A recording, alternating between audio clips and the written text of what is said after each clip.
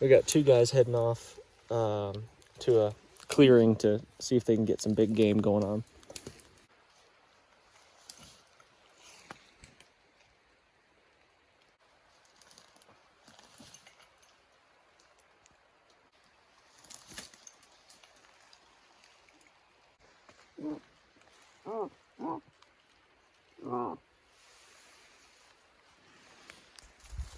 So it's just standing here chit-chatting by the fire and hear something like, what is that?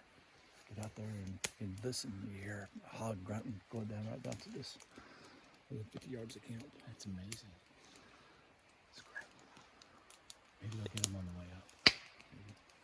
Be sweet. No kill. No confirmed kills? No kill. Get back out there. Let's go. Dude, when you march on back where we were, Yeah. it looks like World War II Really? from hogs, yeah. Wow. That's crazy. Just didn't see any. Just didn't see any, but like just millions of tracks and just tons of little pits where you can tell they bedded down and wallowed around. I bet they're close by there. Oh yeah, I mean there's fresh tracks. It looks like they were there last night. Yeah. We heard one right here grunting. Did you? Tried to. So now everybody's breaking down camp and we're gonna start working our way out.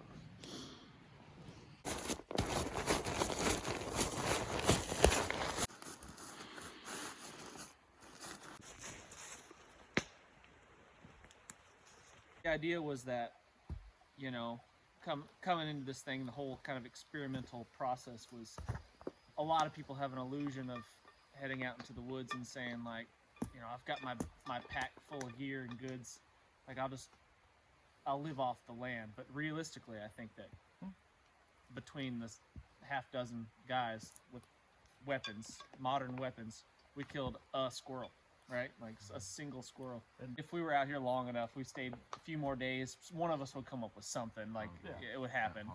Something would happen probably. But even that, with that said, you're still living off meager rations, you know, and it's gonna be a rough go. And living like this, some people have the illusion that they could just live out of their backpack, whatever they carry in their back, but living like this is it's not very comfortable. It's not a comfortable existence. We're following laws and regulations, and Like if you wouldn't have to, in that situation. Turkeys is a good story. We could have killed some turkeys, that are not in season Woodpecker. right now. Yeah, woodpeckers. We could have shot some woodpeckers, for sure. I think that a lot of the people that'll watch this video are prepper type people, and they're thinking, you know, economic collapses and Great Depressions and, you know, I don't know, whatever the situation may be, where, you know, food is not plentiful, there's civil unrest and people are having to move and that kind of stuff and have to supply your own needs. And realistically, this lifestyle is Not happening. it ain't easy. It's not easy, and it's just really not a long-term, very short-term solution to a problem, maybe, you know. Get great shots of your keister, Nick. This is good. Oh, sorry, dude. I keep forgetting. One job, Nick. I'm not a cameraman. One job. Let's hear the real one, the good one. I haven't got that on film yet. The stuck pig? Yeah, I want to hear that one. The pig in distress. So the rooting is like this, right?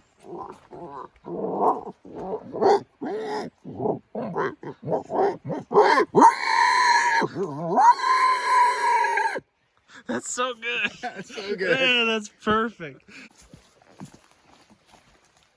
When you actually boil down, what you should always enter the woods or an unknown situation with is fire, however you want to play that role. A cup or something to cook in, a pot, and a shelter, some minimal shelter. That's your three pillars of an essential adventure. Yeah, what are your thoughts on other guys that say that, oh, like, you know, a knife, if you could only take one thing? Yeah, you wouldn't take a knife, because what do you do with a knife? Yeah. Unless you're highly skilled Yeah. at starting fires. Even then. Yeah, even then. How long does it take to do a primitive fire if you only have a knife? And you're dependent on weather. Yeah. If it's pouring down rain, that ain't Yeah. gonna happen. And I think the other thing is, you know, it's you've got to be competent. You have all the best gear in the world. If you're not competent or really know how to utilize its potential, Right. then it's probably dead weight for you. Yeah. Being aligned with competent people, right? Yeah. Because it's a pooling of resources. Like this trip was perfect, right? I Yeah. was thinking, I don't know if you see my pack. It's pretty small. Yeah. Couldn't do that if we weren't pooling resources. Right. You don't have an axe. You don't Not have an a axe. saw. Yeah. Yeah. So I don't have the bigger pot. You've got that. Yeah. it makes for a really interesting, and then, that's when coordination is important because it lowers everybody's workload. Right. Yeah, So coming in, Jason, how confident were you that we were going to be able to land some game? very unconfident. Very unconfident. Yeah. Only because it's old forest, and typically old forest, there's not a lot of animals in it. Yeah. And I know that But we discovered a lot of sign, right? we discovered a lot of sign. But More than you thought? yeah, more than I thought. Yeah. Squirrel. Yeah, humans have developed like ideal habitats for deer and Yeah. squirrels and Oh, yeah. Yeah.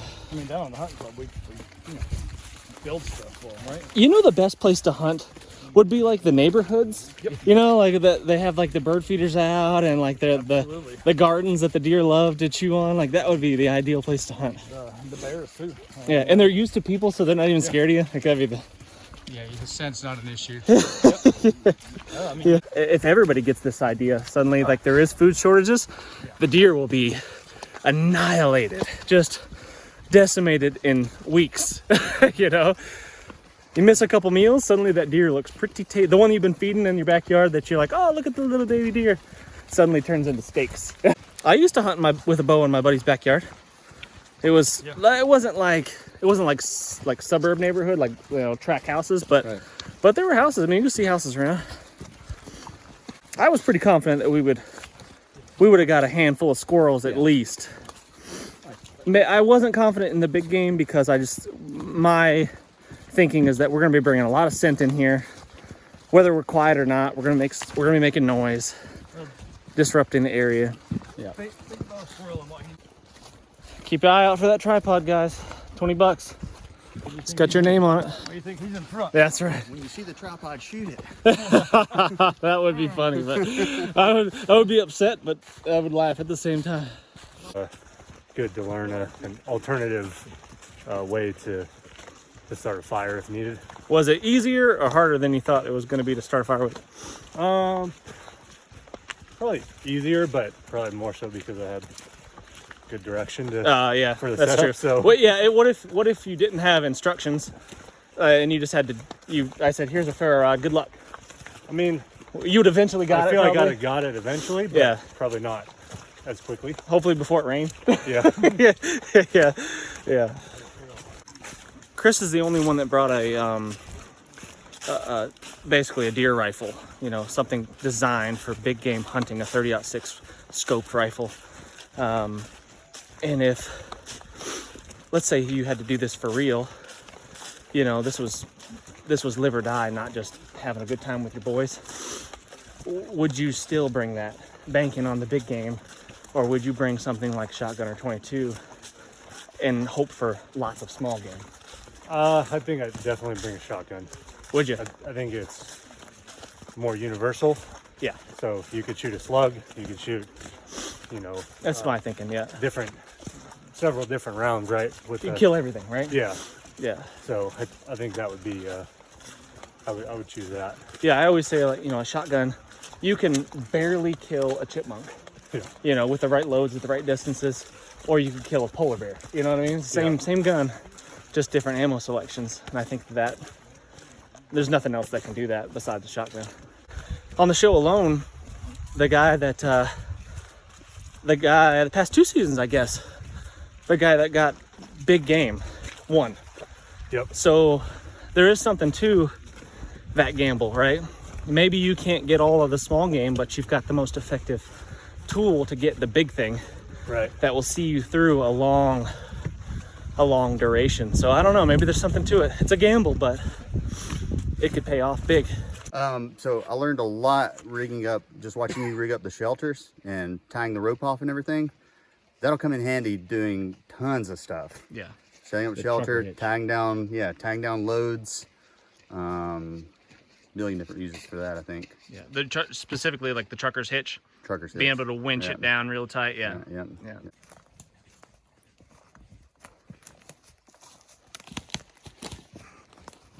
So this is why you don't trust GPS exclusively. We've all had experiences. I just dropped a pin. There's a deer stand here.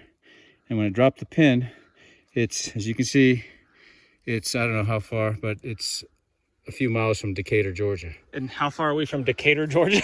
I don't know, a day's drive. Day's drive. So at least that's a couple hour trip. drive for sure. Yeah. So, I mean, we know this area, so we're pretty good, but that's the problem with technology. Don't trust that. It is a tradition to head to Waffle House after the adventure, so I think that's what is in store for us next. Thanks, Jason. So we might have a little survival dispatch. Yeah, that's right. We might have a little clip of that us at the Waffle House digging in. But thanks for watching. Make sure you hit the thumbs up, and we'll see you next time. Say goodbye. See ya. I'm gonna take the All-Star too, but can I sub the waffle for hash browns? I think so. Apparently. I can't do that. No. But come on. All right, well, just the All-Star still, but let me sub my grits for hash browns then. Yeah, you can do that. Is there anything I can sub the waffle for? Biscuit and gravy. Yes. Definitely do that. Yes. Now we're talking. And on my hash browns, what is it? The onions and cheese is like covered in chunk. Is that right? Yeah. Yeah. All right. Covered in chunk. Oh yeah, I'll do that too. You've done it already. You should make him wear And then my that. eggs. It'll make the video better. Yes. Thank you. And then on my eggs, over medium, please. Yeah. Plain waffle, okay? Yeah, plain waffle. Raisin toast. Let's go with sausage today. I don't even know what I want anymore.